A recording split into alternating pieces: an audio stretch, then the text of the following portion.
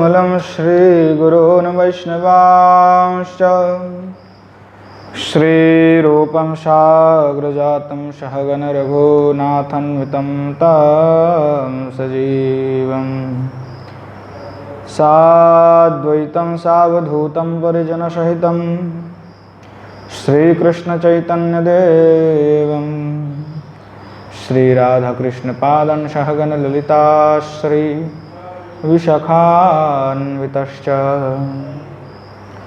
आजानुलम्बितभुजौ कनकावदातौ संकीर्तनैकवितरौ कमलायतक्षौ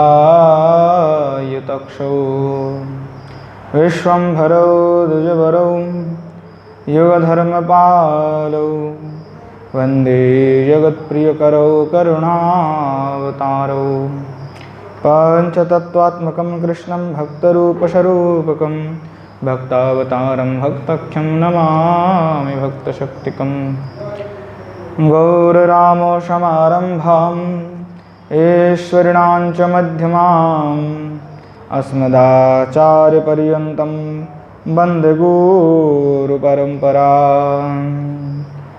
बर्हापीडं नटवरवपुः कर्णयोः कर्णिकारं बिभ्रद्भासः कनककोविशं वैजयन्तीं च मालां रन्ध्रानवेनरधरसुधया पूरयन् गोपवृन्दैर्वृन्दारण्यं स्वपदरमणं प्राविशद्गीतकीर्तिः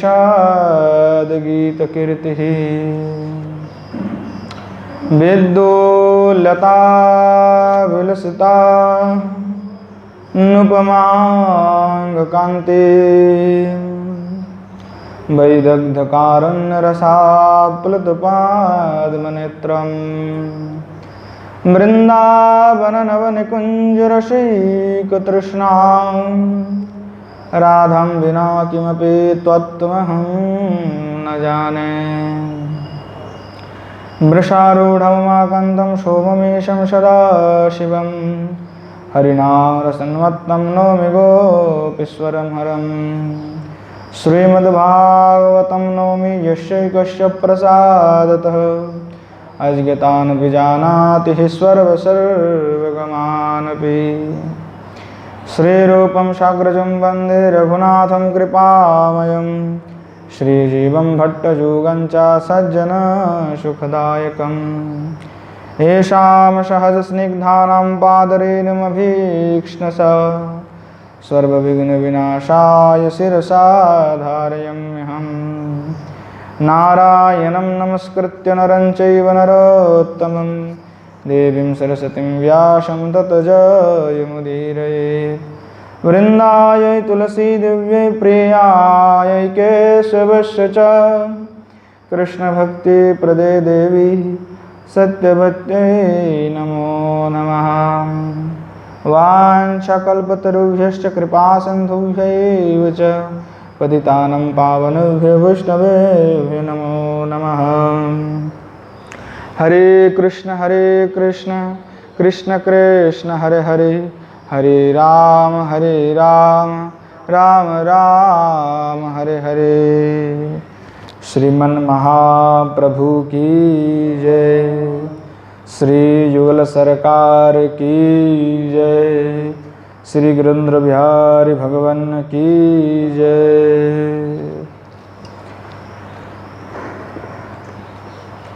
श्रीमन महाप्रभु के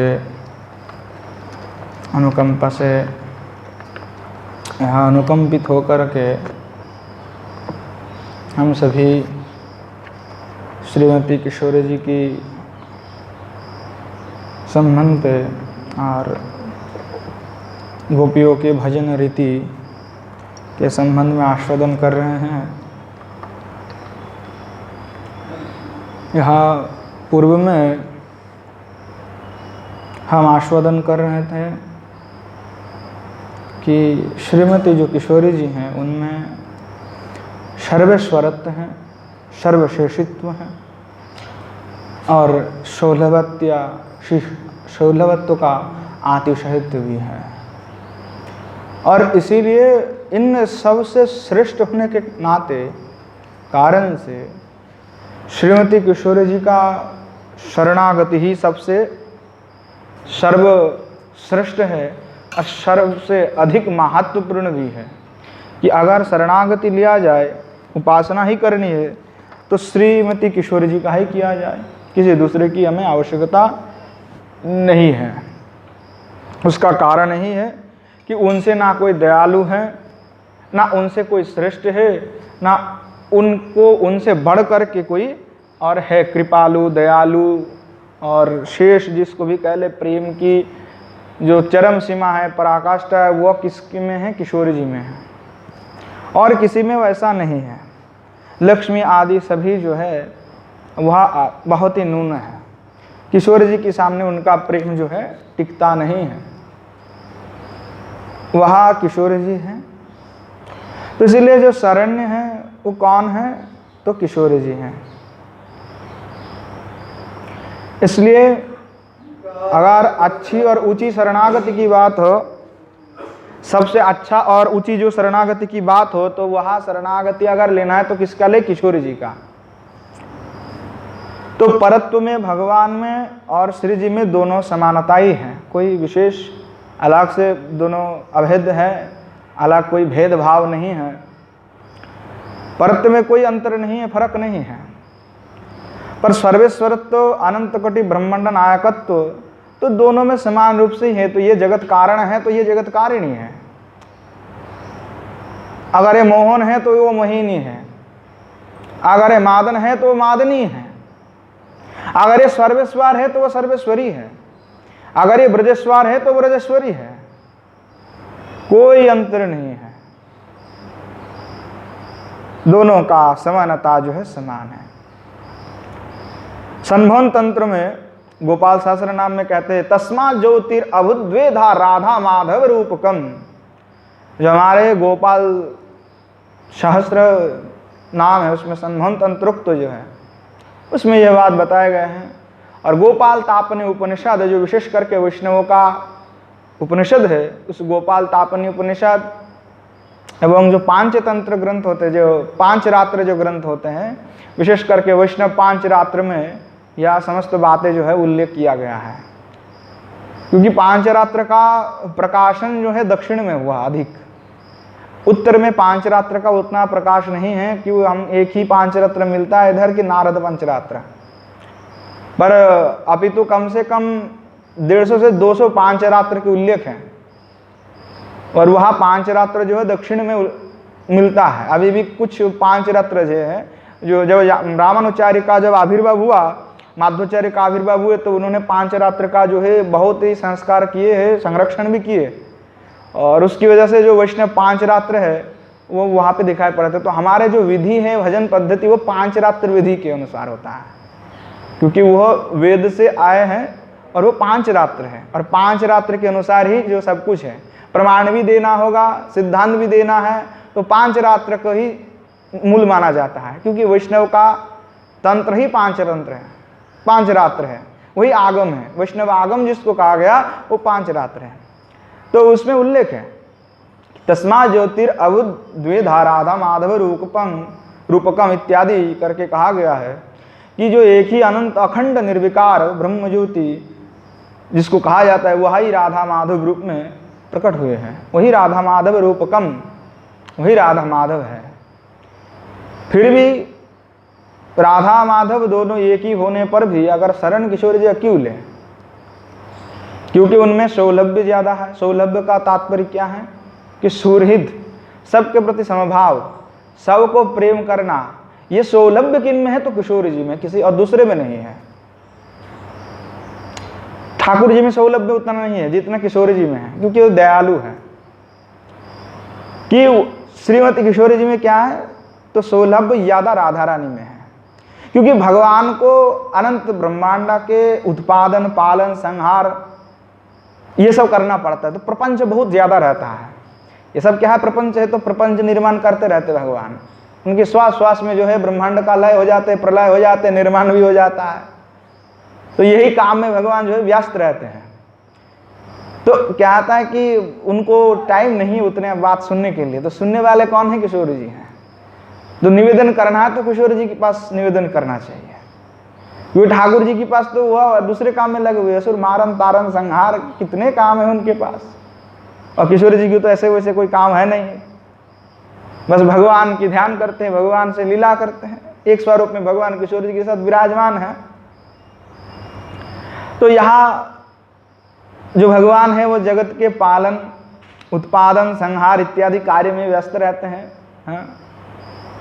अब भगवान के पास तो व्यस्तता क्या, वो तो हर समय नित्य है, अनेक रूप धर कर सकते हैं। फिर भी जब किशोर जी की ओढ़ाई चल रही है, किशोर जी का महिमा गाई जा रही है, तो वो वाक्य ही कहा जा रहा है कि श्री भगवान के तो अनेकों कार्यों में व्यस्त रहते हैं। तो इसीलिए जो भक्तों की जो दुख की गाथा है, क्योंकि हम सभी के पास बड़े बड़े दुख की गाथा है, सबके पास दुख है, किसके पास नहीं है? भाई अपना भी ये कहानी है ना? हर लोगों का जीवन में कहानी होता है। किसी के पास कुछ बड़े कहानी होगा तो किसी में कोई छोटा कहानी। दुख हर व्यक्ति के पास है और सुख भी है। तो अपना भी एक कहानी है। ये बात है कि अपना भी एक कहानी हो जो सबको बतानी है, पर हम बताते नहीं हैं, क्योंकि बताना सा गड़बड़ा जाएगा। तो कहानी सब में है, पर वो सुनाए किसको, निवेदन किसके पास करें? तो निवेदन करना है तो किशोर जी को करना है, क्योंकि उनके पास समय है सुनने का, करुणाशील है, सौलभ्य है, वो सुनती है, और वे सुनने के बाद भगवान को सुनाते हैं। वे जब सुनेंगे तब जाकर के भगवान को सुनाएंगे कि हाँ ऐसे हैं, आपके एक भक्त हैं। तो कहते हैं कि जो श्री, जो भगवान के पास रहने वाले जो श्री है, श्रीमती किशोरी जी हैं, तो श्री राधा रानी है। तो श्री शब्द का तात्पर्य क्या है? तो श्रु श्रवण से, जैसे कि हमने पूर्व में कहा था कि श्री सेवायाम से श्री शब्द बनते हैं। तो यहाँ श्रु श्रवण है, जो भगवान को जो सुनाते हैं, तो श्रु श्रवण धातु से बनते। तो यहाँ श्री का शब्द का जो तात्पर्य निर्णय होता है, तो शृणोति भक्तानां दुख गाता श्रुत्या च भगवंतम श्रवयेति इति श्री। जो श्री का तात्पर्य, जैसे कि पूर्व में कहा गया, जो भगवान की सेवा में जो रहता है वो श्री है। पर श्रु धातु से भी हम श्री बना सकते हैं। जैसे पहले श्री धातु से बनाया जिसका तात्पर्य सेवा, और अब श्रु धातु से भी हम श्री जी का अर्थ निरूपण करते हैं। तो श्रु धातु से जो अर्थ होता है क्या है? शृणोति भक्त नाम दुख गाथा, कि जो भक्तों का दुख की गाथा को सुनती है। और श्रुत्वाचा भगवंतम, जो सुन करके भगवंतम श्रावयति इति, भगवान को जो सुनाती है, वहां क्या है? तो वहां श्री है, वही किशोरी जी हैं। अर्थात वे उनके अलावा कोई भक्त की गाथा सुनने वाले नहीं हैं और न सुनाने वाले हैं। भक्त की दुख गाथा सुनने की अवकाश जो है वह श्री जी के साथ, श्री जी के पास है। और श्री किशोर जी धैर्यपूर्वक सुनते भी हैं। देखिए ठाकुर जी बहुत जल्दी प्रसन्न नहीं होते जितने किशोर जी जल्दी प्रसन्न हो जाते हैं। अनेकों महात्माओं को जो दर्शन दिए ठाकुर जी से पहले किशोर जी देखते हैं। कारण वही है कि वे दयालु अधिक हैं। तो भक्त के श्री मुखारविंद से भगवान उसकी दुख गाथा सुनने ना सुनते, ना वो सुनते हैं ना सुनाते हैं, पर सुनते किससे है? श्री जी से सुनते। इसीलिए श्री शब्द का तात्पर्य ये होता है कि जो भक्त की गाथाओं को सुनकर के भगवान को सुनावे वह श्री है।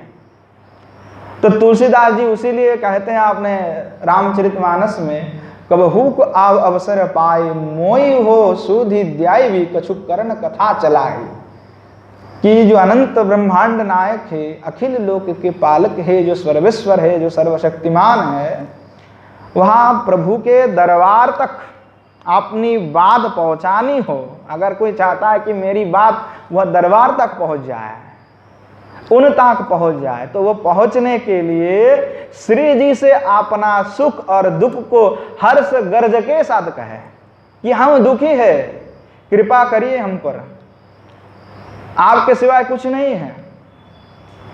तो हर्ष और गर्ज के साथ, दुख और सुख, हर्ष के साथ कहिए, गर्जना के साथ कहिए, सुख हो चाहे दुख हो, दुख हो गया तो दुख के साथ मत कहिए, क्योंकि दुख के साथ दुख कहेंगे तो क्या फर्क पड़ जाएगा। दुख तो लौट करके सुख में परिवर्तित होने वाला नहीं है। जो हो गया सो हो गया, तो उसके लिए शोक क्या करना। पर किशोर जी से निवेदन कर सकते हैं, आप कृपा करिए। सो कहानी जो सुनना है तो श्री जी को सुना है, वह सुनने के लिए तैयार है। ठाकुर जी सुनने के लिए तैयार नहीं है, उनके पास उतना टाइम नहीं है सुनने का। सुनेंगे तो किशोरी जी। इसीलिए जो है रामानुज संप्रदाय वाले, उनमें यह सिद्धांत है कि जो ऐश्वर्य का जो अधिष्ठात्री है भगवती लक्ष्मी है, और एक भूदेवी है, और एक लीला है, ये तीनों शक्तियां हैं। और ये जो तीनों शक्तियां हैं, उनके कार्य क्या है, तो भक्तानाम रक्षायो कार्यम करोति त्रयो शक्ति। जो ये भगवान के जो तीन शक्ति होते हैं, रामानुज संप्रदाय में सिद्धांत है कि ये तीन शक्ति जो है केवल भगवान का जो भक्तों का रक्षा के लिए कार्य करते हैं। तो हमारे गौड़ीय संप्रदाय में भी यही है। गौड़ीय संप्रदाय में जो माना गया है लादिनी शक्ति, माधुर्य कादम्बरी में श्री गोस्वामी पाद, श्री विश्वनाथ चक्रवर्ती पाद कहते हैं कि श्रीमती किशोरी जी तो आपने भक्त पर जो है वो आह्लादिनी शक्ति छिड़कते हैं ऐसे कि किसी के ऊपर गिर जाए, कि कोई देखते नहीं है कि कौन पाप किया, कौन पुण्य किया, किसने क्या कर्म किया था, किससे क्या मतलब था, कुछ देखते नहीं है, आहे तो कृपा कर देते हैं। तो गौड़ीय संप्रदाय में भी यही मानी है कि भक्ति करने वाला आह्लादिनी शक्ति ये भक्तों की रक्षा के लिए है, उसके बिना भक्ति उत्पन्न नहीं हो सकता, प्राप्त नहीं हो सकता। वो गजब की बात है कि वह रामानुज संप्रदाय में भी है, निम्बार्क संप्रदाय में भी है, और गौड़ीय संप्रदाय में भी है, माध्य संप्रदाय में भी है। ऐसा कोई संप्रदाय ना हो जहां पे श्री का अर्थ कुछ दूसरा कर दिया हो। श्री का कार्य ही है कि भक्त का रक्षा पालन निरंतर जो है एक ही कार्य है। और श्री ठाकुर जैसे लीला का प्रचार करना, लीला का प्रसार करना, वह लीला का निरूपण करना। तो यहां भक्त की रक्षा के लिए वे तत्पर रहते हैं। तो भगवान का क्या कहना है? भगवान कहते हैं हम तो अपराधी को दंड देने वाला है, हम अपराधी को दंड देते हैं, और यही हमारा नियम है, और हम इस नियम का उल्लंघन नहीं करते हैं। पर कभी कभार करते हैं, नियम उल्लंघन क्यों नहीं करेंगे? हाँ, दंड तो भगवान देते ही हैं, उन्हीं का काम है दंड देना। तो रामचरितमानस में कहा गया है कि जो नहीं दंड करो खल तोरा, भ्रष्ट होई श्रुति मार्ग मोरा। कि जो यहां श्रुति में कहते हैं कि भगवान का काम ही तो है दंड देना, और वो अपराधी को दंड ही देते हैं, उनका नियम है। परंतु भगवती श्री किशोरी जी क्या कहते हैं कि पापानां वा शुभानां वा वदर्हाणामथापि वा कार्यम कारुण्य मारेनो ना कश्चिन ना पराध्यति। श्री वाल्मीकि रामायण में युद्ध कांड में श्री भगवती सीता कहती हैं, क्योंकि वह श्रीमती किशोरी जी का स्वरूपिणी है, एक ही शक्ति से प्रकाश है उन सभी का। तो भगवती स्वरूपी है जो सीता है, वो कहते हैं कि वह श्रेष्ठ पुरुष को क्या चाहिए कि पापानाम व शुभानम व वदर्हाणाम अथापि वा, कि जो श्रेष्ठ पुरुष होता है, श्रेष्ठ पुरुष को क्या करना चाहिए? श्रेष्ठ पुरुष को चाहिए कि कोई पापी हो या पुण्यात्मा, अथवा वध के कोई यज्ञ हो अथवा वध के कोई यज्ञ ना हो,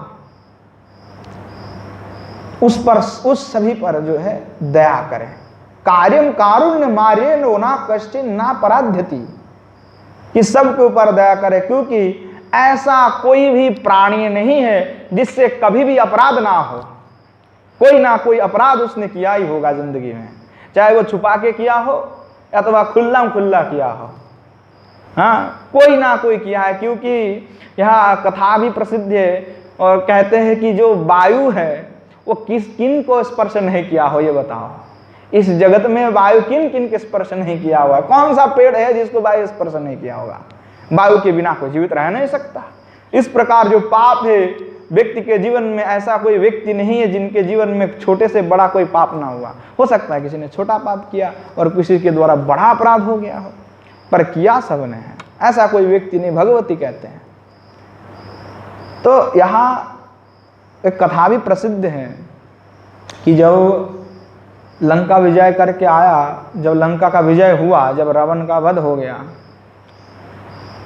तो हनुमान जी को श्री भगवान रामचंद्र ने भेजा कि जाओ भगवती सीता को जा करके अब संवाद पहुंचा दो कि जो रावण का वध हो चुका है, अब कोई समस्या नहीं है, कोई दुख की कारण नहीं है, ये शुभ जो समाचार है वह सुना दीजिए, क्योंकि मेघनाद का वध हो चुका है, कुंभकर्ण का वध हो चुका है, रावण भी वध हो गया है, अब कोई बचा खुचा तो नहीं है, और जो बचा है वो है विभीषण, और विभीषण तो हमारे पक्ष वाले हैं, तो इनसे कोई भय और डर है नहीं, तो जाकर के यह सुना दो कि अब आप निश्चिंत हो सकती हैं, कोई दिक्कत नहीं है।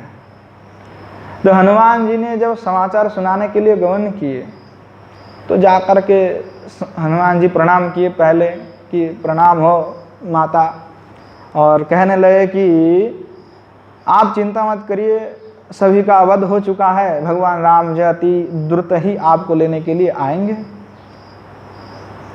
तो यहाँ जब संवाद सुनाया तो सीता जी बड़ी प्रसन्न हुई माता, और प्रसन्न हुई, पर इस शुभ संवाद के अनुरूप क्या उनको प्रदान किया जाए। इस भूमंडल में ऐसा कोई पुरस्कार है कि जिसके द्वारा इस समाचार को सुनाने पर पुरस्कृत किया जाए। सुनने के लिए क्या उनको पुरस्कार दिए कि इतने अच्छे संवाद सुनाए हैं, कि उस पुरस्कार को वे हनुमान जी को दे सके। तो माता बड़ी प्रसन्न थी, तो माताओं को प्रसन्न देख करके हनुमान जी ने कहा कि माते हमें एक वरदान चाहिए, हाँ, हम एक वरदान चाहते हैं, आपसे एक वरदान मांगते हैं, हम एक वरदान दे दीजिए। तो भगवती जी बड़े तो आश्चर्य, मतलब बड़े प्रसन्न थे, और वो बड़े आश्चर्य हो गए कि हनुमान जी वर मांग रहे हैं, तो वर कभी मांगता ही नहीं है।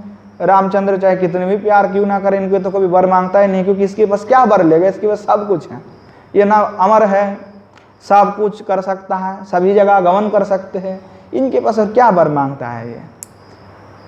तो भगवती सीता देवी ने पूछा हनुमान जी से कि आप क्या वर चाहते हो, हा? क्योंकि आप तो कभी कुछ नहीं मांगते हो, पर आज आप अचानक वर क्यों मांग रहे हो, क्या चाहिए आपको। तो हनुमान जी कहते हैं कि माता आप रुष्ट मत होइए, पर हम एक ही वर चाहते हैं कि हम जब पहले बार आपके दर्शन करने आए थे, तो हम देखे थे ऊपर में पेड़ में बैठ करके, ये जो राक्षसियां थी आपके पास में, ये जो राक्षसियां आपको देखभाल करती थी, ये आपको जो है बहुत सताती थी, डराती भी थी। तो ये देख करके हमें बड़ा क्रोध आता था, पर हम कुछ कर नहीं पाए उस समय।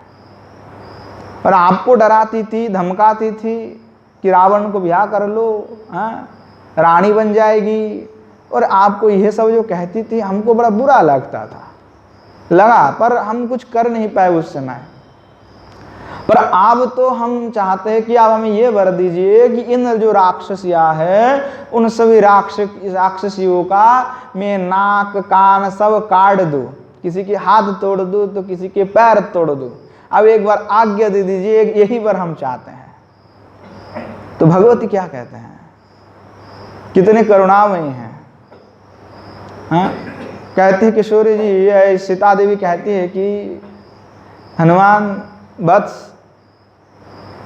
तुम राघवेंद्र के दरबार में रहते हो, तुम भगवान राम के पास रहते हो, और भगवान राम के दरबार का नियम क्या है, क्या तुम नियम को भूल चुके हो।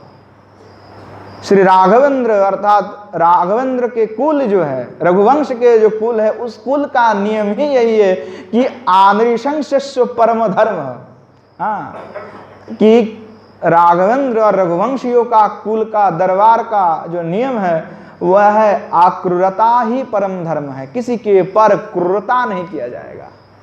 आक्रूरता ही कि आनृशंस्यम परो धर्मः, अहिंसा परम धर्म जो कहा गया है, पर वाल्मीकि रामायण में यही बात को कहा जाता है, आक्रूरता ही धर्म है, आनृशंस्यम परो धर्मः। ये राघवेंद्र जो है उनके दरबार का नियम है। कि वहां पे क्रूरता नहीं चलता। बेटा तुम ये सोचते उनके दरबार में रहने पर भी तुम्हारे मन में ये आया। तो हनुमान जी कहने लगी माता ठीक है, मैं जानती हूँ, पर मैं जानता हूँ, परंतु आज मेरा धैर्य का जो है बांध जो है टूट गया है कि वो आपको कष्ट देते हुआ देख करके तो मुझे दुख होता है, और इसलिए मैंने यही वर मांगा। तो सीता देवी भगवती देवी कहती है कि हे वत्स देखो, यह जितने भी थे राक्षस, ये सब क्या थे? रावण के नौकरानी थी, और ये परवश थी, रावण के वशीभूत थे, क्योंकि नौकर जो है भृत्य के वशीभूत रहते हैं। अब पैसा देंगे, नौकरी कोई करता है तो डांट फटकार सुनना ही पड़ता है। किसी के घर में अगर कोई नौकर रहेगा अथवा किसी की कंपनी में भी हम जॉब करेगा तो डांट फटकार तो पड़ना ही है, कभी ना कभी पड़ ही जाता है। तो भृत्य है वो परवश है, और परवश के कारण वे करते थे। कार्यम कारू न मार्य ना कश्चिन ना अपराध्यति। इसीलिए हे हनुमान, हे वत्स, तुम इन अपराधियों पर दया करो, इनको कुछ मत बोलो, क्योंकि ऐसा जगत में कोई भी नहीं है जिससे कभी अपराध हुआ ही नहीं। इस तरह जो माता सीता जो है कहते हैं कि दुनिया में कोई प्राणी नहीं जिससे पाप ना बना हो, कभी छोटा ना कभी बड़ा, कुछ ना कुछ हमने किया ही है। ऐसा कोई व्यक्ति नहीं जो किया नहीं है, क्योंकि ऐसा कोई पेड़ नहीं, ऐसा कोई पौधा नहीं जिस पर वायु स्पर्श नहीं कहा गया। ये श्लोक को कह करके जो है हनुमान जी को माता सीता उनको यह ज्ञान प्रदान करते हैं कि किसी के ऊपर क्रूरता नहीं करना चाहिए। तो देखो कि इस प्रकार से जो सीता देवी हैं जो भगवती के ही स्वरूप हैं, क्योंकि किशोरी जी का ही सब विलास स्वरूप है, चाहे लक्ष्मी हो, चाहे सीता देवी हो, चाहे रुक्मिणी आदि हो, वो सब उन्हीं के अंश से हैं। भले न्यून है पर उनके जैसा उतना अधिक नहीं है, परंतु उन्हीं के अंश से अद्भुत है सभी। जिद विलास स्वरूप है, जैसे भगवान का ही नारायण स्वरूप है, राम अवतार भी उन्हीं के है, अवतारी है श्री भगवान कृष्ण, और ये सारे अवतार हैं। उसी प्रकार से भगवती जो है किशोरी जी जो है मूल है, और उनसे यह समस्त कुछ किसी का सबका है उत्पन्न है। तो उस भाव को व्यक्त करते हुए गुण रत्न कोश में एक श्लोक का जो है निर्माण किए किसी कवि ने, और बड़ा सुंदर से कहते कि मातर मिथिले राक्षसिस्त्वयि तद्रैर वाद्रापराधस्त्वया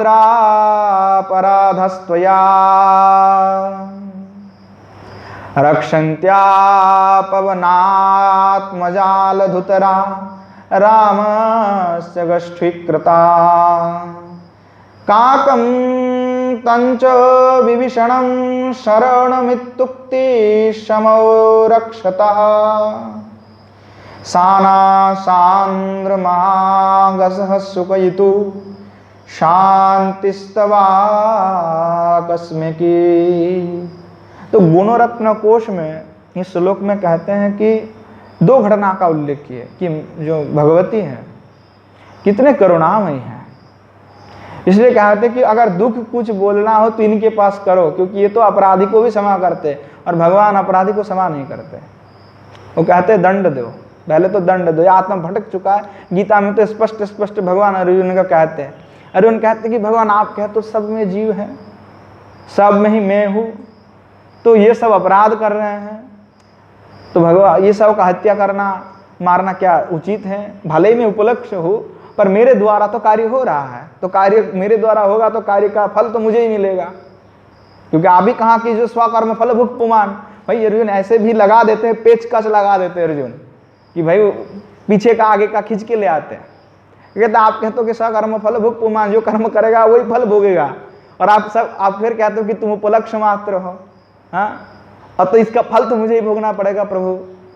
तो ये जितने भी सब कुछ दिखाई पड़ रहे हैं 18 अक्षोणी जो सैन्य है, यह मेरे विपक्ष में तो 11 अक्षणी खड़े हैं। अब ये 11 अक्षणी जो मेरे सामने खड़े, इसमें तो सब आप ही हुआ, तो क्या इनका हत्या करना अपराध नहीं है? तो भगवान कहते देखो जो आत्मा भटक चुकी है, जो कर्म से स्वकर्म से हट चुका है, जो अपराध में प्रवृत्त हो चुका है, सब आत्मा जो है दूषित हो चुके हैं। और ऐसे दूषित जो है आत्मा जो भ्रष्ट हो चुके हैं, उन आत्माओं को सुधारने के लिए केवल दंड ही चाहिए। आत्मा तो कुछ करता नहीं है, पर आत्मा उनके अंदर है तो क्या होता है, आत्मा उन वृत्ति के साथ जो है युक्त हो गया। आत्मा का तो परिशुद्ध है, वह नित्य है, उसमें कोई दोष नहीं, परंतु वह जो वृत्तियां है वो वृत्तियां उसको पकड़ लिया। अभी वो कुछ नहीं कर पा रहा है, परंतु उनके द्वारा, उनके रहने पर ही तो जीव जीवित है, और उनके रहने पर वो इंद्रिया जो समष्टिगत होकर के वो कार्य कर रहे हैं। तो कहते हैं भ्रष्ट हो चुके हैं तो इन्हीं शरीर को नाश करना पड़ेगा, नहीं तो आत्मा तो छूटेगा नहीं, शरीर नष्ट होगा तभी छूटेगा। तो बोले ऐसे जो जीव जो भटक रहे हैं इन सबको दंड देना चाहिए, दंड ही एकमात्र मार्ग है इनको, और दंड से इनको मुक्ति मिलेगा। और भगवती क्या कहते हैं कि दंड नहीं देना चाहिए, उनको प्रेम देना चाहिए। तो भगवती का विचार अलग है, उनका कृपा अलग है, और इधर जो हमारे ठाकुर जी है उनका भी दृष्टि अलग है, उनको तो दंड देना है। तो यहाँ किशोरी जी जो है वह ऐसे कृपा करती है। तो सीता देवी जो है यहाँ आपने सामने अपने साथ ही ऐसे तुरंत अपराध करने वाले कि 2 दिन पहले अपराध किए हैं, जो राक्षसी है, डराया धमकाया, रावण वध होने से पूर्व तक डरवाया, डर दिया, भय दिखाया। तो भगवती की जो है उन राक्षसियों को जो है वह शरण दे दिया, रक्षा कर दिया। हनुमान जी नहीं तो एकदम खत्म ही कर देते, और हनुमान जी का एक एक गदा का प्रहार पड़ जाए तो ऐसा कौन व्यक्ति है जो सहन कर सके, पर माता सीता ने उनको रक्षा कर लिया। तो देखिए कि यहाँ जो सीता देवी हैं उन्होंने जयंत की भी रक्षा की है, जयंत की भी रक्षा किया, विभीषण की भी रक्षा किए थे। अरे घटना भी है विभीषण का रक्षा के विषय पर भी।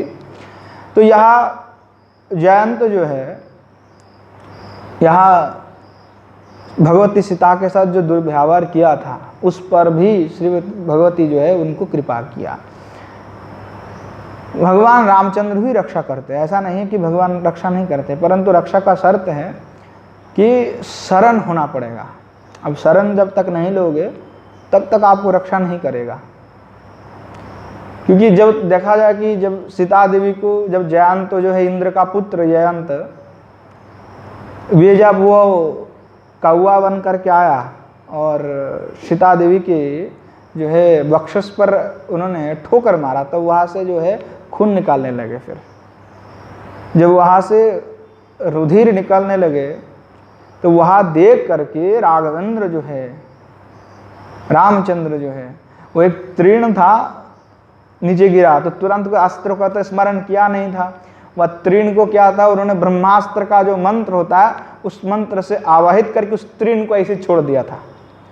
घास जो होते हैं ना लंबे वाले, वो घास को ऐसे छोटा सा तृण, उसको उठाया, ब्रह्मास्त्र के मंत्र से विमंत्रित किया और उसके ऊपर फेंक दिए कि जाओ इसको वध करके आ।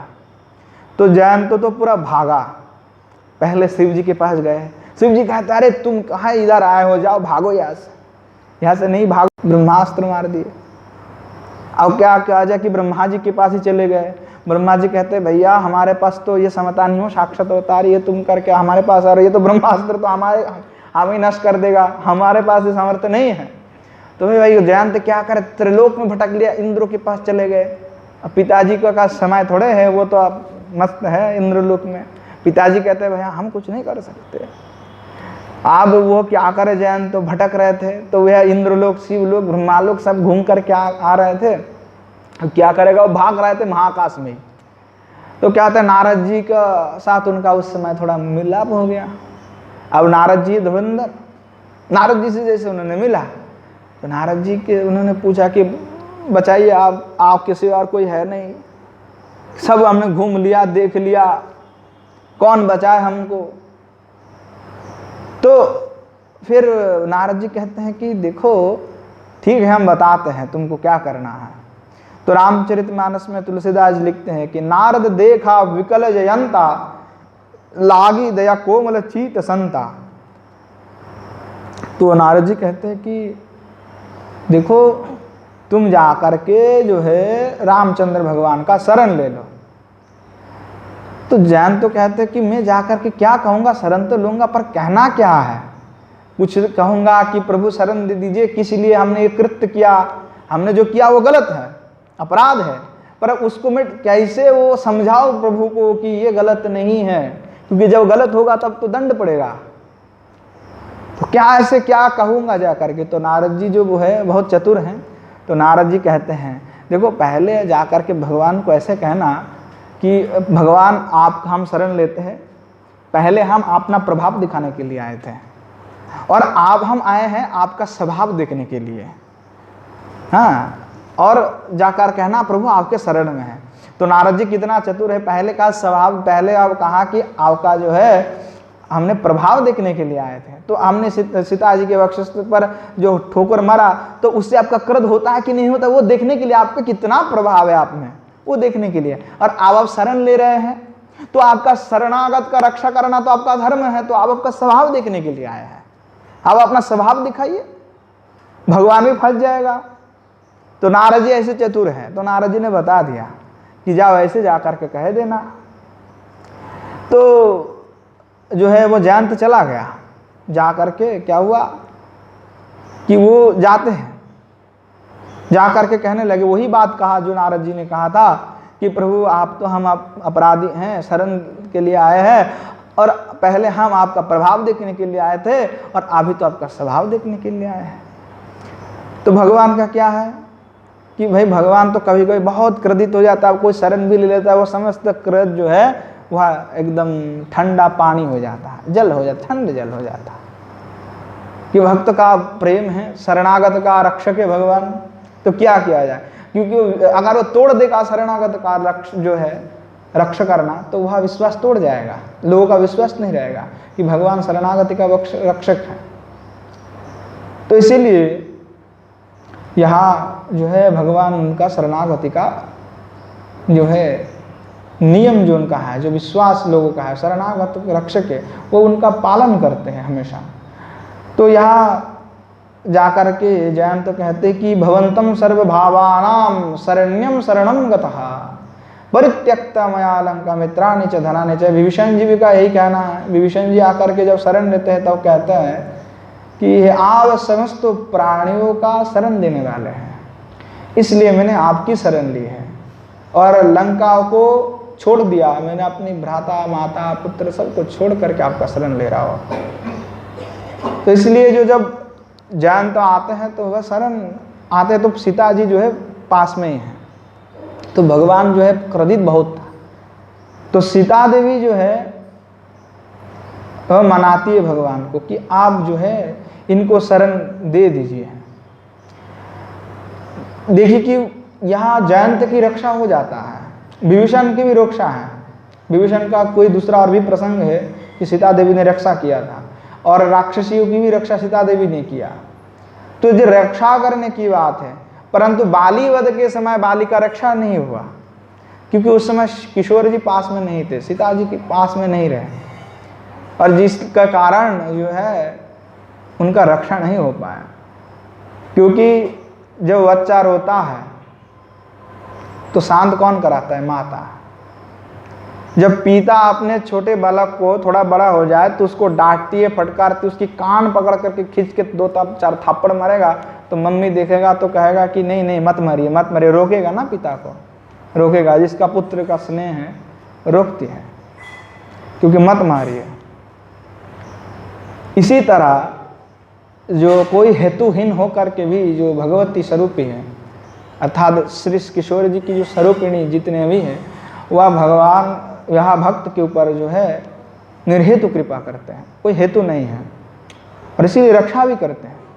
इसीलिए किशोर जी की बड़ी महात्म्य है, उनमें दयालुता, सौलभ्य जिसकी बात कहा गया, सौलभ्यता जो है श्रेष्ठ है। तो सर्व सरत्व, सर्व उत्कृष्टत्व, सौलभत्व, परत्व इत्यादि जो है भगवान में है, किशोर जी में भी है, परंतु सौलभत्व जो है, जो दयालुत्व है, वह श्री भगवान में बहुत कम है, और किशोरी जी में उसका प्रभाव जो है अधिक है, सबसे अधिक है।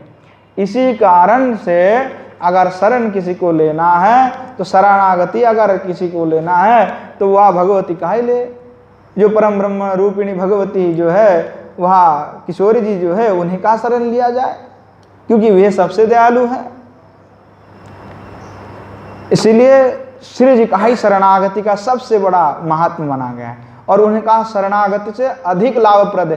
कभी कभी गलती भी हो जाएगा तो श्री जी क्षमा कर देंगे, श्री जी जो सुनेंगे बात को, और भगवान तो दंड दे देंगे, सीधे सीधी बात। तो इसीलिए जो श्रीमती किशोरी जी का आश्रय लेना सबसे सर्वोत्तम है। इसीलिए जो है क्यों लेना चाहिए, क्योंकि उनमें अनंत शक्ति है। श्री राधा रस सुधानिधि में प्रभानंद सरस्वती पाद लिखते हैं कि यो ब्रह्म रुद्र शूक नारद भीष्म मोख्ये रालक्षितो न सहसा पुरुषस्य तस्य सद्य वशीकरण चूर्णमनांत शक्ति तम राधिका चरण रेण मनो स्मरामि। श्री प्रभादानंद सरस्वती पाद लिखते हैं कि श्रीमती किशोरी जी का ऐसे ऊंचा चरित्र है जिसका वर्णन हम क्या करें। बोले उनकी चरणार वृंद की रज तो ऐसे हैं कि जो सद्य वशीकरण चूर्ण मनंत शक्ति, उनके रज में ही अनंत शक्ति विद्यमान है कि ब्रह्मा रुद्र शनक आदि भीष्म आदि नारद आदि शुक आदि बड़े बड़े योगींद्रो मुनि अमलात्मा विमलात्मा परमहंस विमुक्त मुमुक्ष, अरे उद्धव आदि से बढ़कर के जितने बड़े बड़े भक्त हैं सब, यह सब जो है ये प्यार से राग से अनेक प्रकार भाव से हाव भाव से यह जोर प्रयास करती है कि भगवान को पाने के लिए, पर यह भगवान को उस जो द्विभुज मुरलीधर रूप है उस रूप का आस्वादन ये नहीं कर पाते हैं। ये चाहते तो गोपी बनना पर प्राप्त नहीं हो सकता, होता नहीं है। कभी कभार भगवान कहते ठीक है आ जाओ, तो कृपा से हो गया, नहीं तो उद्धव जी का कहना मिलता ही नहीं है हम लोगों को। पर वही जो भगवान है हम लोगों का उन लोगों का जो विमूला अमलात्मा विमलात्मा, इनके शक्ति से भक्ति से साधना से तप से वो भगवान नहीं मिलते हैं। परंतु आलक्षित ना अर्थात ईषद अविलक्षिता कि ब्रह्मा रुद्र शुक के प्रति भगवान का जो है स्वरूप जो है उनका दृष्टि जो कथनचित कभी कभार लक्षित होता है, देखते भगवान उनको। परंतु श्री किशोर जी में क्या है, तो वहां सद्य वशीकरण चूर्ण अनंत शक्ति, सद्य श्री किशोर जी में ऐसे शक्ति है, वह श्री भगवान को जो है सद्य तत्क्षण मात्र में वशीकरण कर सकते हैं। जिनको यो है ब्रह्म रुद्र आदि कोई भी वशीकरण नहीं कर सकता, नहीं पा सकता, उनको वशीकरण का सामर्थ्य किशोर जी में है। और सद्य पूर्णम अनेन सर्व कार्यम अजातम पुरी शयनानवा, कि वह श्री वृंदावन धाम जो है वह में श्री जी की पूरी है, वह निवास करती है। और श्री भगवान को जो है श्रीमती किशोर जी की धूल भी किसी के पर गिर पड़े और वह धूल भी किसी को मिल जाए और धूल लेकर अपने मस्तक पर रखते हुए श्री भगवान को उपासना करे तो वह भगवान जो है सद्य वशीकरण हो जाएगा।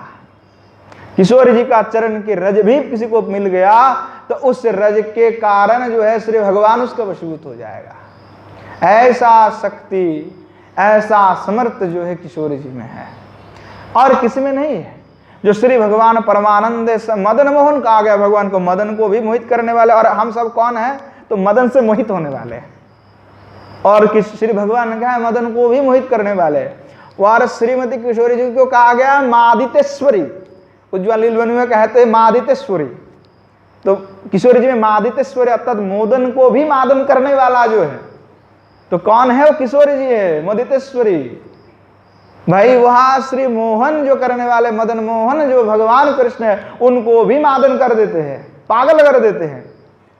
तो ऐसे श्रीमती किशोरी जी परमानंद को भी जो परमानंद पूर्ण जो भगवान कृष्ण है उनको भी मोहित कर देते हैं, वश में कर लेते हैं।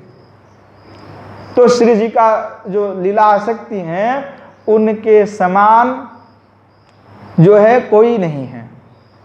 उनके समान ना तो सौंदर्य है, ना तो माधुर्य है, ना ही उनके समान लीला आसक्ति है। वह श्रीमती किशोरी जी का हाव भाव के जैसा और कोई भी नहीं है, किसी का तुलना नहीं हो सकता उनसे। तो वह चमत्कार स्वरूप है, चमत्कृत है, ऐसा अद्भुत है। और इसीलिए कहा था कि जिससे जोगिंद्रो मुनि ऋषि अमलात्मा विमलात्मा परमहंस, अरे बड़े बड़े मुनि ऋषि सब बृहस्पति से लेकर के जो पहले से है ब्रह्मा के पुत्र, स्वयं ब्रह्मा भी जो नहीं पद पा सकता, वह श्रीमती किशोरी जी की चरण रज से मिल सकता है। और क्या चाहिए भक्तों को, और क्या चाहिए, कितना कृपा करेगा किशोरी जी, इससे और कृपा कोई करता ही नहीं। भगवान तो इतना कृपाशील नहीं है, इतना नहीं करते। भगवान के पास सब तपस्या करने लग जाते कि भगवान एक बार गोपी का स्वरूप प्राप्ति करा दो। भगवान कहते हैं हमारे द्वारा वो संभव ही नहीं है, जाओ गोपियों के पास, या तो किशोरी जी की चरण में जाकर के गिर पड़ो, अगर उनकी कृपा हुई तब जाकर के मिलेगा, हमारे पास तो उसका अधिकार भी नहीं है।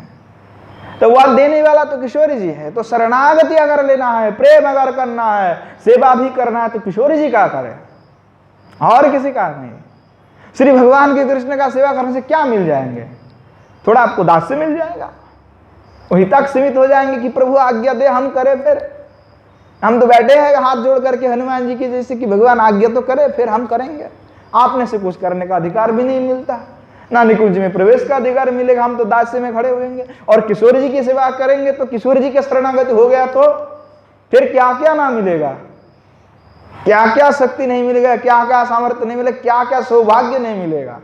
तो इसलिए कहते हैं कि अगर लेना है शरणागति वह किशोरी जी का ले, क्योंकि योगिंद्र मुनिंद्र परमहंस के लिए जो दुर्गम गति है वही वो मधुसूदन है, वह मोहित होकर के श्रीमती किशोरी जी के पास वशीभूत हो गए हैं।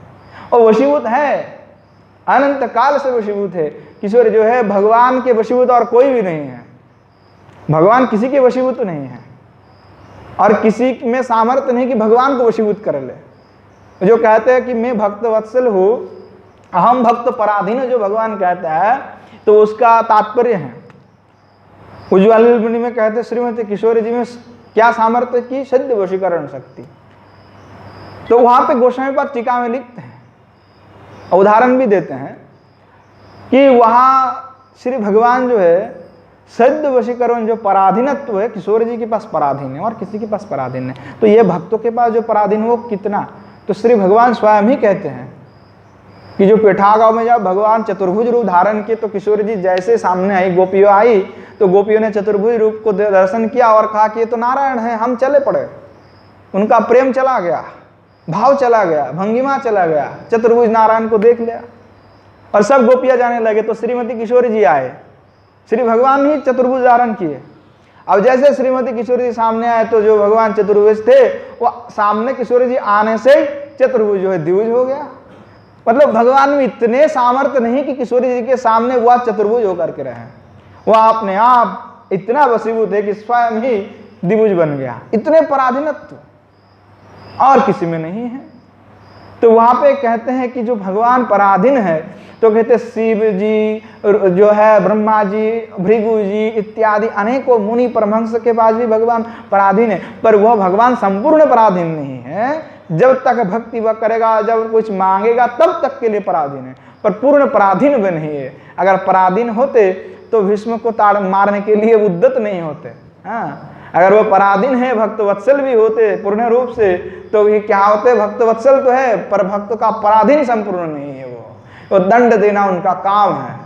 तो पराधीन तब तक है जब तक आप शरण में हो, उनकी शरणागत हो। जैसे आपकी शरणागति छूटा तो भगवान से आपका प्रेम भी टूटा, रिश्ता भी टूटा, और भगवान तो आपका अपराध को देख करके दंड देने के लिए उद्यत भी उठ पड़ा। तो इसलिए किशोरी जी के चरण में ही शरणागति है, क्योंकि वे कभी भी छोड़ेगा नहीं। परंतु भगवान जो है वह उतना आपको रक्षा के लिए नहीं करेंगे जितना किशोरी जी करेगा। इसलिए वो कहा गया है जो पराधीनत्व भगवान का है वह श्री किशोरी जी के पास है, उन्हीं के पास भी पराधीन है। और किसी के पास वह पराधीन संपूर्ण रूप से नहीं है बहुत थोड़ा बहुत, क्योंकि भक्त वत्सल है इसलिए देना पड़ता है भक्त को, इसलिए वह पराधीन है, पर संपूर्ण पराधीन नहीं होगा। विशेष करके इसीलिए किशोरी जी का शरण के लिए बताया गया है कि जिस बार श्रीमती किशोरी जी की यह रज पड़ जाए तो उसके लिए तो प्रभु भी अनुकूल हो जाए। अगर कोई भजन करता है किशोरी जी का, उनकी कृपा कटाक्ष अगर किसी के ऊपर पड़ गया, उनका श्री पदकमल का जो रज अगर किसी पर पड़ गया, तो प्रभु को पाने के लिए अनुकूलता जो अपने आप ही स्वयं हो जाता है, तब और किसी का जरूरत ही नहीं है।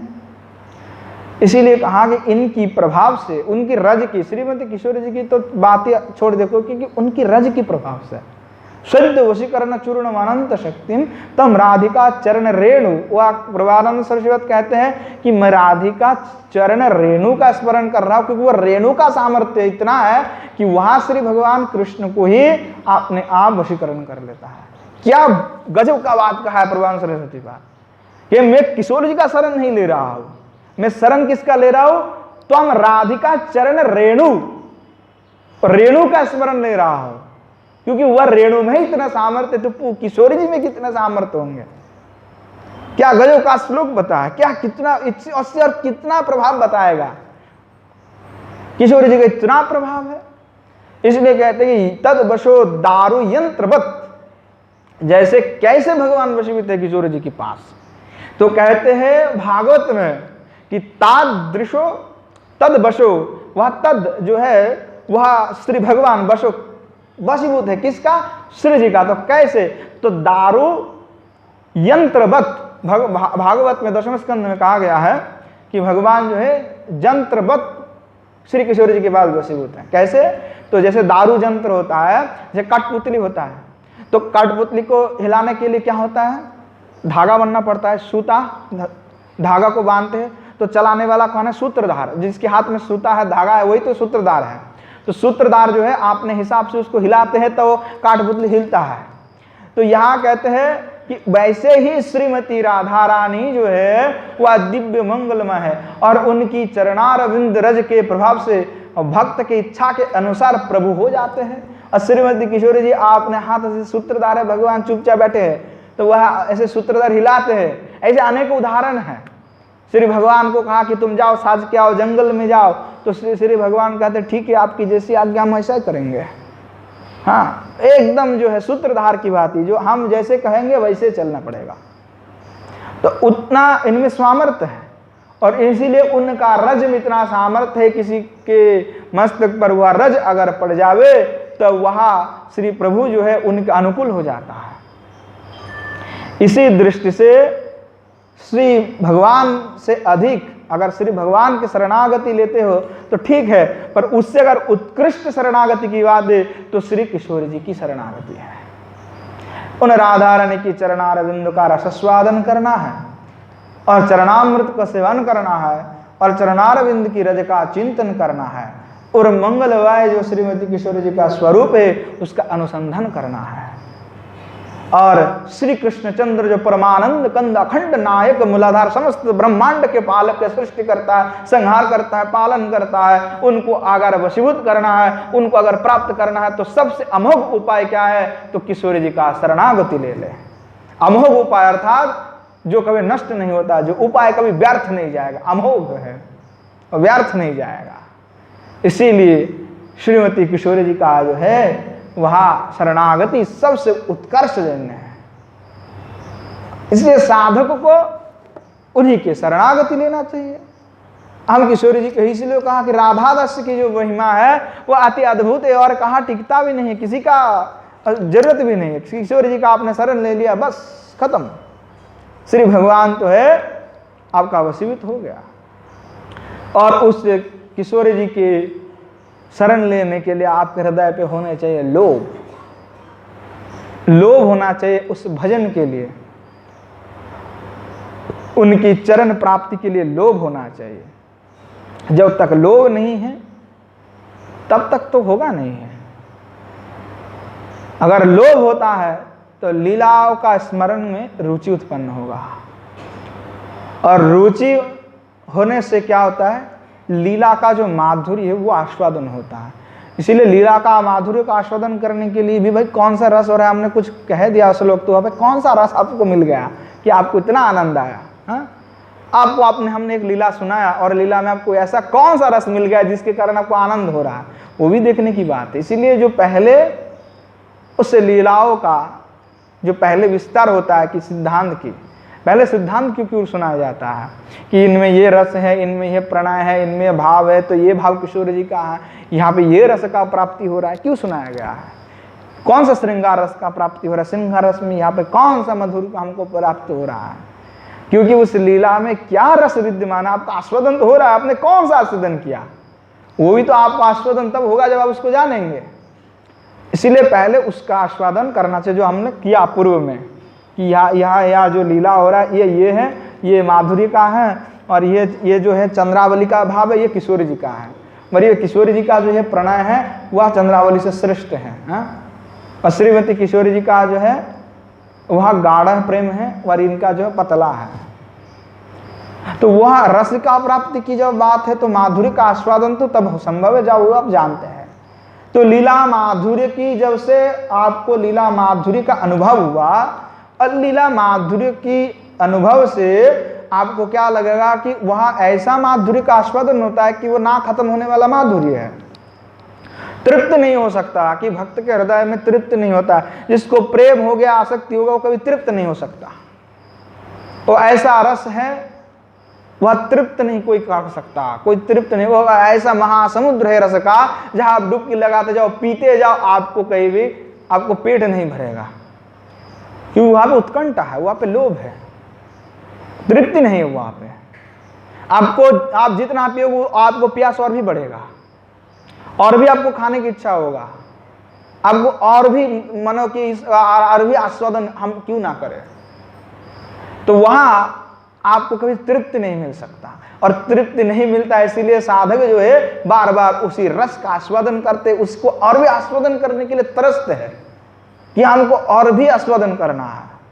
तो लीला का माधुर्य का अनुभव होने पर लोभ जो है बढ़ जाता है, इतने बढ़ जाता है कि हमको और भी चाहिए, हमको और भी चाहिए, और भी दो, और भी दो। भाई वहां पे ना खत्म होने वाले खजाना है, और आपके पास भी पेट कभी ना भरने वाला पेट भी विद्यमान है। हाँ, लीला का आस्वादन जो है वो आपके पास समस्त कुछ विद्यमान है, खत्म कभी होता नहीं है। तो इसीलिए जो राग गानों का मार्ग होते हैं, जो इस गोपी स्वरूप का प्राप्ति के लिए जो इनका शरण किशोर जी का शरण ले, तो वह मार्ग क्या है, तो उन मार्गों का भजन में मुख्य अंग क्या है, लीला का स्मरण करना। श्री भगवान का किशोर जी का जो लीला है उन लीलाओं का स्मरण करना है। तो भजन की जो प्रथम अवस्था होता है, तो भजन की प्रथम अवस्था में लीला स्मरण में उतने अधिकार व्यक्ति का नहीं रहता है। इसलिए श्रवण कीर्तन इत्यादि जो भक्त अंग होता है, उन अंगों को आश्रय करते हुए वह धीरे धीरे लीला स्मरण भक्त को करना चाहिए, और उसके बाद में धीरे धीरे उनका जो चित्त जो है उसके प्रति बढ़ता है, चित्त आकृष्ट होता है, धीरे धीरे उसके प्रति लोभ बढ़ता है, उस गाढ़ा हो जाता है। तो यहाँ जब भजन परिपक्व हो जाता है तो परिपक्व अवस्था में लीला स्मरण ही मुख्य रूप में जो है वहाँ पे अधिष्ठित होता है। तो साधक का उद्देश्य क्या रहा कि हमें शरणागति पहले चाहिए, शरणागति से लेकर के हमको वहाँ तक पहुँचना है जब तक श्री भगवान का साक्षात दर्शन ना हो जाए, जब तक वह साक्षात लीला में प्रवेश हमारा ना हो जाए, तो वहाँ तक हमें पहुँचना है। मार्ग बहुत लंबा है, क्योंकि योगींद्र मुनि आदि को भी नहीं मिलता, वही मार्ग हम प्राप्ति करने जा रहे, तो भगवान से कुछ मांगोगे मिलेगा नहीं। वह मिलना है तो किशोर जी की कृपा से मिलेगा, क्योंकि भगवान के पास नहीं है वो सामर्थ्य देने का। वो तो कहेंगे कि तुम आओ 60,000 साल तपस्या करो, हम तो बैठे हैं, कोई बात नहीं, 60-50,000 साल तपस्या करके आओ, फिर हम देखेंगे। ब्रह्मा जी, भृगु जी सब ऐसे ही किए हैं।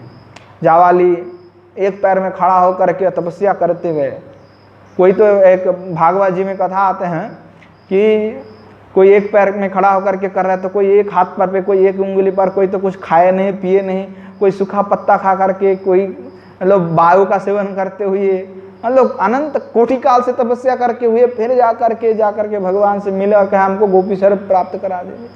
तो ठीक है, ब्रज में जन्म हो जाएगा, कृपा कर दिया, तुमने इतने कष्ट किए, तो किशोर जी के गण में होगा इसका कोई हम अता पता नहीं दे सकते, क्योंकि उनके गण में नहीं होगा। तुमको ऐसे गोपी बन जाओगे तुम। पर वह किशोर जी के गण में जो महाभाव तक जाता है, उनके युद्ध में जो गोपियां है, वह युद्ध जो है विशेष है। और उस युद्ध में जाकर के प्राप्ति सबको सौभाग्य नहीं होता है। इसलिए अगर उन युद्ध में जाकर के उस महाभाव को, जो भगवान परम महाभाव परम पराकाष्ठा जो प्रेम की, वो प्राप्ति करना है, तो युद्ध किसकी होनी चाहिए? किशोर जी की, शरणागति किशोर जी की। भाव उनका, प्रणय उनका, स्नेह उनका, मान उनका, सब कुछ जो है, अनुराग अनुराग भाव, महाभाव, अधिरूढ़ महाधिरूढ़, सब किशोर जी का होना चाहिए। और बाकी जो है उसका ध्यान भी नहीं देना है। इसलिए किसी भी प्रकार से, जो पूर्व में बात हुआ कि मन को, चित्त को द्रवीभूत करना है, तो किसी भी प्रकार से आप चित्त को जो है द्रवीभूत कर लीजिए। किसके साथ? भगवान के साथ। भगवान को आप हृदय पे बैठा लीजिए। तो यहाँ अभ्यास करना पड़ेगा, क्योंकि अभ्यास योग से सिद्धि होगा। एक दिन में होगा नहीं। आप अगर मान लिए कि हमने आज अंकित कर लिया तो बार बार हो जाएगा, ऐसा नहीं है। आपको बार बार वह चित्त में द्रवीभूत करते हुए भगवान को बार बार हृदय पे स्मरण करना होगा। बार बार इष्ट देव की स्मरण से जो है यहाँ द्रवीभूत होने पर वह चित्त जो है एकदम स्मरण होने से वह चित्त जो दृढ़ हो जाता है। और दृढ़ अभ्यास से अगर आप करते हैं तो वह स्मृति में रह जाता है। जैसे हमने जिंदगी में अब बहुत है, कोई काम हम रोज ही करते जा रहे हैं, उसके ऊपर हम ध्यान नहीं देते हैं। जैसे हम खाना खा रहे हैं, हम तो बचपन से खाना खा करके पता नहीं कितने टन खा लिए होंगे, अभी कितने खाना खाएंगे, कितने सब्जियां खाएंगे, सब कुछ याद है बचपन का। रोज ही खाते जा रहे हैं तो उसका ध्यान नहीं देते हम उतना। कोई ध्यान देने वाली बात ही नहीं। खाना खाना है, पीना है। जल हमने कितने लीटर पिया होगा किसी को पता थोड़ा है। और कब कौन से ग्लास में खाया था, कौन किस में बोतल में खाए थे, कितना ग्राम खाए थे, वो कुछ याद है नहीं हम लोगों का, किसी को भी नहीं, क्योंकि हम स्मृति में नहीं रहे, उसको हम उतना ध्यान नहीं दिए। तो अगर आपने चित्त को भले द्रवीभूत कर लिया पर उसको ध्यान नहीं दिया, हाँ चलो ध्यान द्रवीभूत हो गया एक बार, ठीक है, पर उसको ध्यान से द्रवीभूत करना है, क्योंकि वो स्मृति में रहे। और दृढ़ अभ्यास के साथ करना ताकि वो स्मृति से ना आ जाए। और जब आप स्मृति के साथ करेंगे तो स्मृति हो जाएगा। जब स्मरण करते रहेंगे दृढ़ता के साथ तो स्मृति बन जाएगा। अब जैसे स्मृति बन जाएगा तो क्या होगा कि भगवान का रूप, गुण, लीला, ये सब का स्मरण हो गया हृदय पे, अपने चिंतन की वह श्री जो भगवान का जो दिव्य मूर्ति वह सदा अपने हृदय पे उद्भासित हो जाएगा। तो होगा, आप देखिए, करके देखिए, होगा, ऐसा ही होता है। तो जैसे होता है तो वह भगवान जो है कृपा करते हैं कि वे भक्त जो इतने परिश्रम कर रहे हैं मुझे पाने के लिए, लीला का स्मरण कर रहे हैं, इतने अभ्यास के साथ कर रहे हैं, तो भगवान प्रसन्न हो जाते हैं उन पर। और प्रसन्नता के साथ भगवान जो उनके पर वह लादनी शक्ति स्वरूपा जो कृपा है वो कृपा कर देता है। अब जैसे कृपा कर देंगे तो क्या होगा, बस और क्या चाहिए। कृपा करने का तात्पर्य कि आपको मिल ही जाएगा, चाहे आज मिले, सो काल मिले या परसों मिले, मिलना तो है ही है। कृपा का तात्पर्य यही कि आपको मिलेगा, या आज भी प्राप्त हो सकती है तो काल भी प्राप्त हो सकता है, या परसों भी प्राप्त हो सकता है। कृपा हुआ का मतलब क्या है कि आपको प्राप्त होगा, निश्चित है वह। इसीलिए श्री गोस्वामी पाद जो है बात कहते हैं कि देखिए रागानुगा अथवा भजन की, गोपी भाव की जो भजन है, उस भजन रीति में साधारण तक कोई भी तारतम्य नहीं है। फिर भी आपने जो सापेक्षत्व है और निरपेक्षत्व है, निरपेक्षत्व, वो अगर उस पर हम विचार करते हैं तो देखते हैं किसी किसी में तारतम्यता तो है। जो पूर्व में यह बात भी कहे थे कि तारतम्यता तो है, तटस्थ होकर के अगर आप विचार करते हो तो तारतम्यता है। श्री रूप गोस्वामी बात कहते हैं कि कृष्णं स्मरणं यनंच पृष्ठं निज समिहितं तत्कथारतश्चासु कुर्यद्वासं ब्रज सदा। सेवा साधक रूपेण सिद्ध रूपेण चात्रहि तद्भावलिप्सुना कार्या ब्रजलोकानुसारतः। श्री गोस्वामी पाद भक्ति रसामृत सिंधु में साधन भक्ति लहरी में यह श्लोक का उल्लेख करते हुए कहते हैं कि आपने जो प्रियतम है, कौन है हमारे प्रियतम, क्योंकि हाँ जो भी गोपी भाव में भजन करते हैं वह सभी स्त्रिया का ही स्वरूप है, चाहे पुरुष हो या स्त्री हो। तो हमारे लिए कृष्ण क्या है? प्रियतम है। हमारे लिए वह भगवान तो है। जब तक सिद्ध भाव नहीं आ जाता तब तक भगवत भाव से ही सेवा करना चाहिए। जब तक भाव उदय ना हो, उसमें अत्यंत लोभ ना हो, उसमें अत्यंत लालच ना हो जाए, अत्यंत रति ना हो जाता, अत्यंत आसक्ति ना हो जाता है, तब तक भगवान को भगवान मान के सेवा करना चाहिए।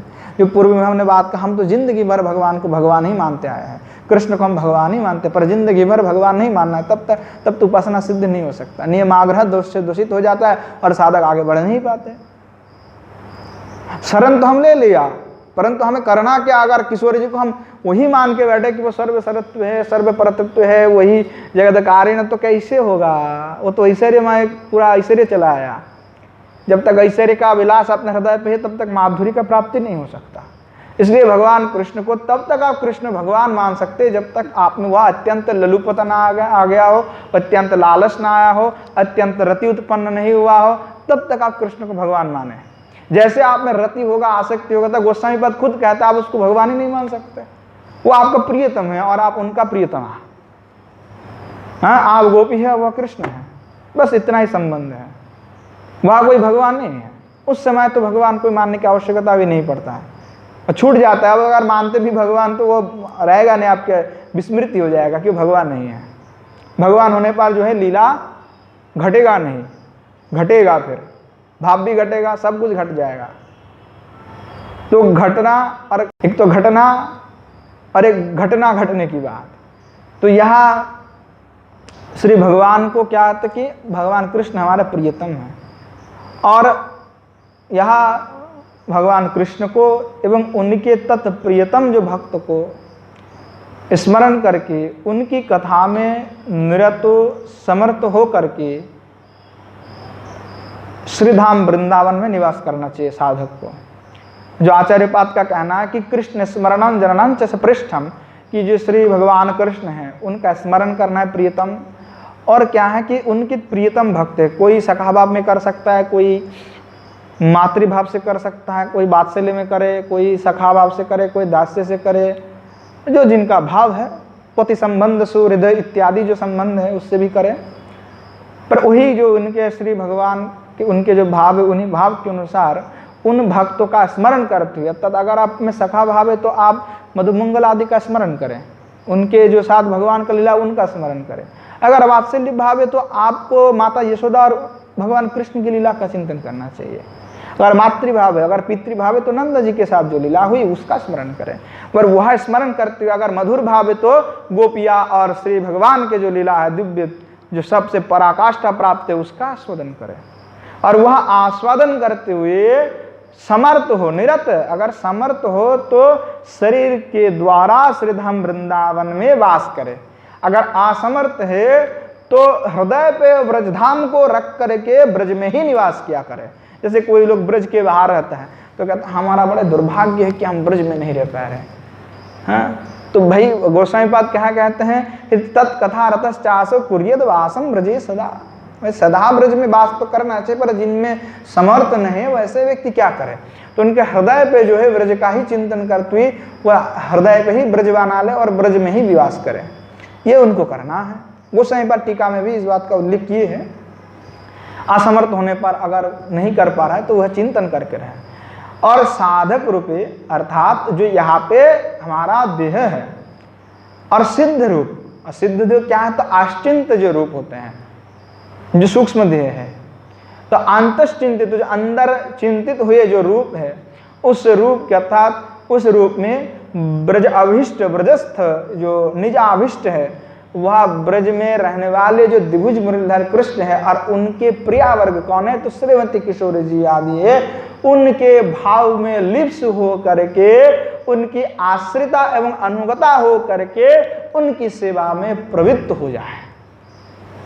अनुगता हो करके, आश्रित हो करके, ना कि अनुकरण करके। अनुकरण के अर्थ क्या है कि आपने अपने साड़ी चोला पहन लिया और बन गए हैं, तो ऐसा नहीं बन सकते। वहां जो है अनुचित्य है। गोस्वामी पाद इसी श्लोक में विश्वनाथ चक्रवर्ती पाद, रूप गोस्वामी पाद, जीव गोस्वामी पाद, मुकुंद दास गोस्वामी ने स्पष्ट माना किया है कि वैसे आप उनके अनुकरण नहीं कर सकते हैं। जब तक आपको सिद्ध देह नहीं मिल जाता तब तक अनुकरण नहीं कर सकता। आपको सिद्ध देह मिल गया तब तो कोई बात नहीं है। जैसे सखी माँ है तो उनको सिद्ध देह प्राप्ति हो गए थे तो वो कर सकते हैं। अगर सिद्ध देह नहीं प्राप्त हुआ तब तक तावत काल आप वो धारण नहीं कर सकते। जब आपका सिद्धि हो गया तो भाई फिर क्या बात है। फिर तो भागवत में ही कहा गया, उज्ज्वल नीलमणि में कहते जिनको सिद्ध से स्वरूप प्राप्त हो गया वो शरीराचरंती। जैसे भगवान की पद कमल का जो है मधुपान करते हुए भौरा जो है जैसे उन्मत्त हो जाता है। जैसे कोई कमल का फूल हो उस पर जो है भौरा जो है वो मधु को पान करता है तो मधु क्या होता है, मादित करने वाला है, मत्त कर देता है। तो मधु का पान करेगा तो मत्त हो ही जाएगा, पर मत्त होकर के पता नहीं कहाँ कहाँ डोलते घूरते रहते, कहीं तो कमल के पेड़ में ही सो जाता है, वह कमल के पत्ते भी सो गया बेचारा। तो वह जो साधक हो वह सिद्धि प्राप्ति हो जाए, नित्य स्वरूप प्राप्ति हो गया तो वो भी ऐसे ही करते हैं। उनको भाई कुछ भी कर सकते हो, वो भी वही भगवान का श्री चरणारविंद का मधुपान करते हुए वह भी दिव्य आनंद में से उन्मादित हो जाता है, पागल जैसा हो जाता है, उसे कोई फर्क नहीं पड़ता। तो उस अवस्था में वो कुछ भी करे, हाँ, उससे कोई फर्क नहीं पड़ता। परंतु जब तक वह सिद्धि स्वरूप ना हो जाए तब तक तो आप उनका अनुकरण ही नहीं कर सकते। वो तो आचार्य ने रोक लगा के रखे हुए हैं। तो अगर कोई करेगा तो आचार्य का उल्लंघन है। वो आचार्य ने तो रोक लग के लगा, रूप गोस्वामी पाद ने माना कर दिया, विश्वनाथ चक्रवर्ती पाद ने माना किया, जीव गोस्वामी ने माना किया, मुकुंद दास गोस्वामी ने माना किया, अरे अनेकों गोस्वामी जितने गौड़ी आचार्य सब ने माना कर दिया। क्यों नहीं कर सकते? सिद्धि हो गया तब कर लीजिए, तब तो आपका भाई कोई बात ही नहीं है। तो इसलिए कहते चक्रवर्ती ठाकुर कहते हैं आथो रागानुगा यहाँ परिपाट्य माह कृष्ण मित्यदिना पृष्ठम सप्रियतमम किशोरम नंद नंदनम स्मरणम एवं अश्व तादृश कृष्णस्य भक्त जनम अथचा सस्य समागिहितम समानम सभाषणम इति जावोत यथा च तादृशनम जनम स्मरणम बरब्रजे वासम कुर्यात् सामर्थ्य सति श्रीमन नंदो ब्रजवासस्थानम वृंदावनादो शरीर वासम कुर्यात् तदभावे मनसापि इत्यर्थ।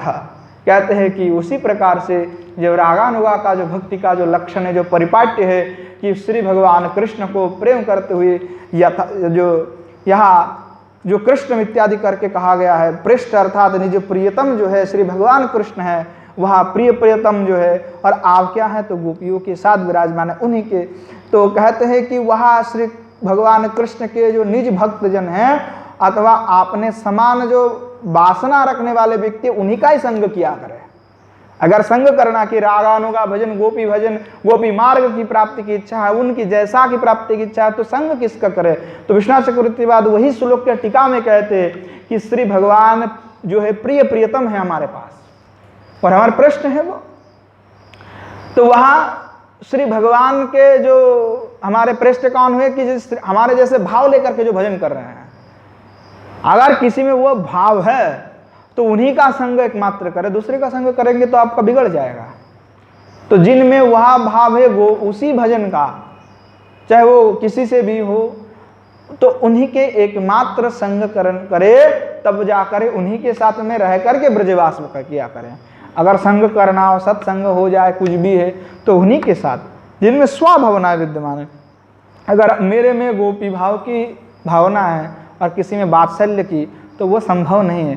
आपका भाव मेरे भाव मिलेगा ही नहीं है कभी। हाँ, आप तो कहेंगे मेरा बच्चा है गोपाल, हम तो कहेंगे अरे तुम्हारा पति है, कैसे चलेगा। आपका भाव मेरे भाव से विरुद्ध है।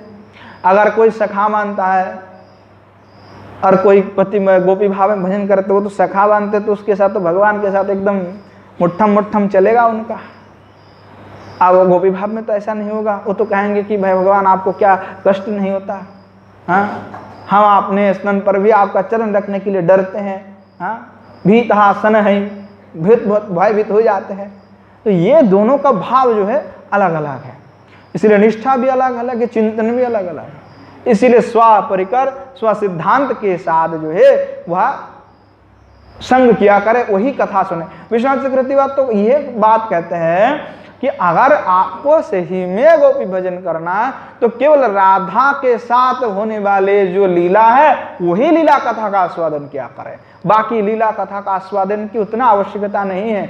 अब गौर लीला अवश्य आस्वादन करना चाहिए, और गौर लीला के साथ वही लीला आस्वादन एक बार आपने कर लिया, बाकी श्री भगवान के भी लीला का आस्वादन कर लिया, परंतु आपको अगर निष्ठा पूर्वक एकांत से करना है तो केवल वही का आस्वादन करें जो इसमें, क्योंकि नहीं तो फिर भाव वृद्ध हो जाता है। आचार्यपाद का सीधा सीधा कहना है, और अगर वही का आस्वादन करे जिस भाव में भावित हो, तब जाकर के आपकी भावना सिद्धि हो सकता है, नहीं तो सिद्धि नहीं होगा।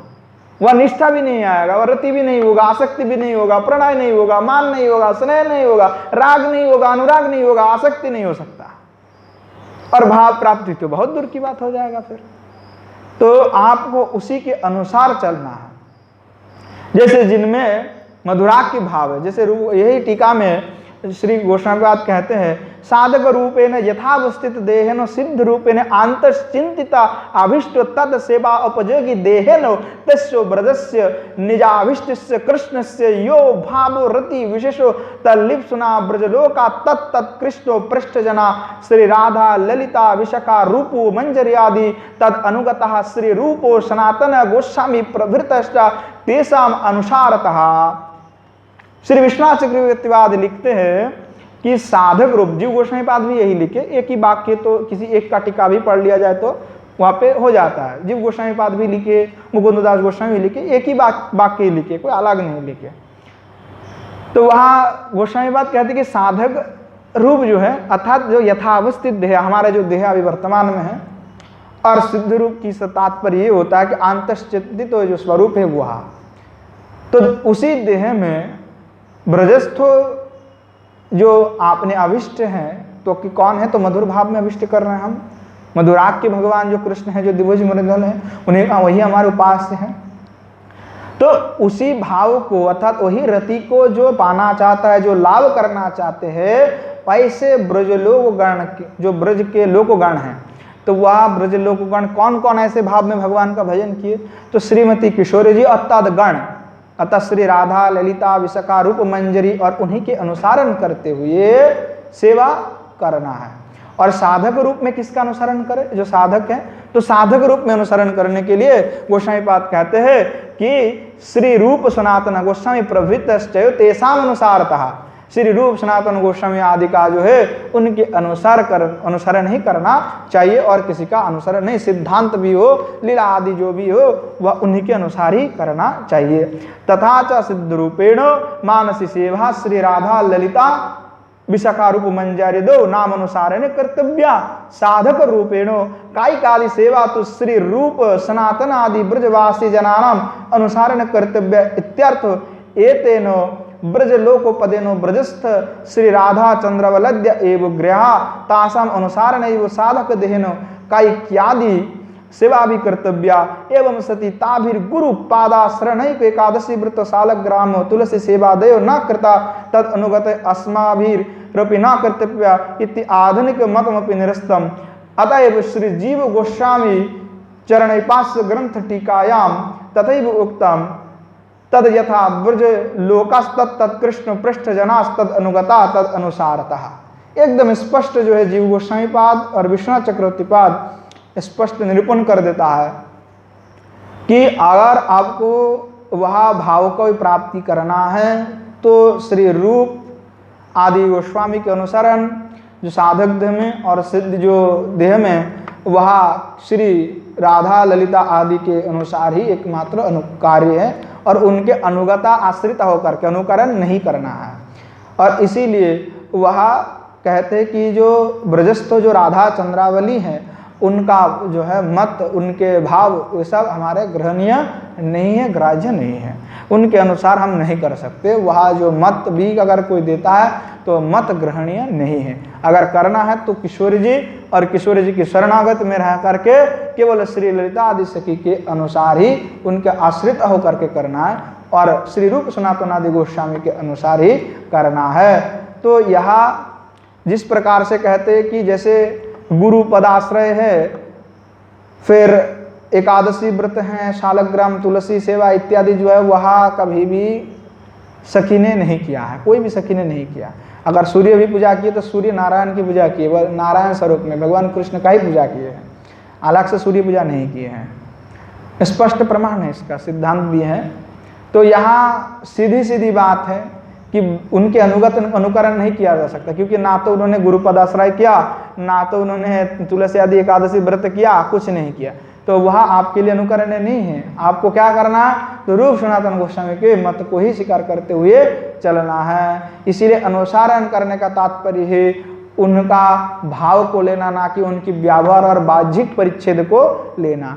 तो इसलिए यहाँ श्री सिद्धांत देते गोस्वामी पाद कि इसीलिए जो है पहले से वैधि मार्ग से लेकर के वह धीरे धीरे क्रम अनुसार चलना चाहिए साधक को। इसीलिए श्रीमती किशोरी जी का जो शरण है वह शरण का सबसे बड़ा महात्म्य है। चंद्रावली आदि अथवा रुक्मिणी आदि का शरणागति की बात यहाँ पे नहीं कहा जाता है, क्योंकि गोस्वामियों का भी सिद्धांत ये कि शरणागति अगर किसी का लेना है तो वह श्री किशोर जी का ही शरणागति लेवे। वह समस्त सिद्धांत एवं प्रमाण के साथ वह सिद्धांत जो है यहाँ प्रमाणित हो जाता है। इसलिए शरणागति अगर किसी को लेना है तो वह श्री भगवान का न लेकर के श्रीमती किशोर जी का शरणागति है, क्योंकि अखिल रसामृत जो श्री भगवान कृष्ण है वह एकमात्र वशीभूत जो है श्री किशोर जी से है। श्री किशोरी जी की जय। तो आज यहीं पे विश्राम देते हैं, समय भी हो चुका है। आगे यही किशोर जी के संबंध में आस्वादन हो रहा है, तो आगे भी आस्वादन होगा, अनेकों लीला है। आज यहीं पे विश्राम देते हैं। जय जय श्री राधेश्याम निताय गौर हरि बोल। श्रीमन महाप्रभु की जय। श्रीमन महाप्रभु के समस्त पार्षद वृंद की जय। श्री नवद्वीप धाम की जय। श्री युगल सरकार की जय। श्री गिरिंद्र बिहारी भगवान की जय। श्री गिरिराज गोवर्धन की जय। श्री यमुना मैया की जय। श्री पंडित बाबा की जय। श्री कृपाशंकर बाजी महाराज की जय। श्री विष्णु बाजी महाराज की जय। श्री वृंदावन धाम की जय। भागवत निवास की जय। आपन आपन गुरु गोविंद की जय। समस्त संत वैष्णव भक्त वृंद की जय। आज के हरि कथा की जय। जय जय श्री राधेश्याम निताय गौर हरि बोल। जय जय।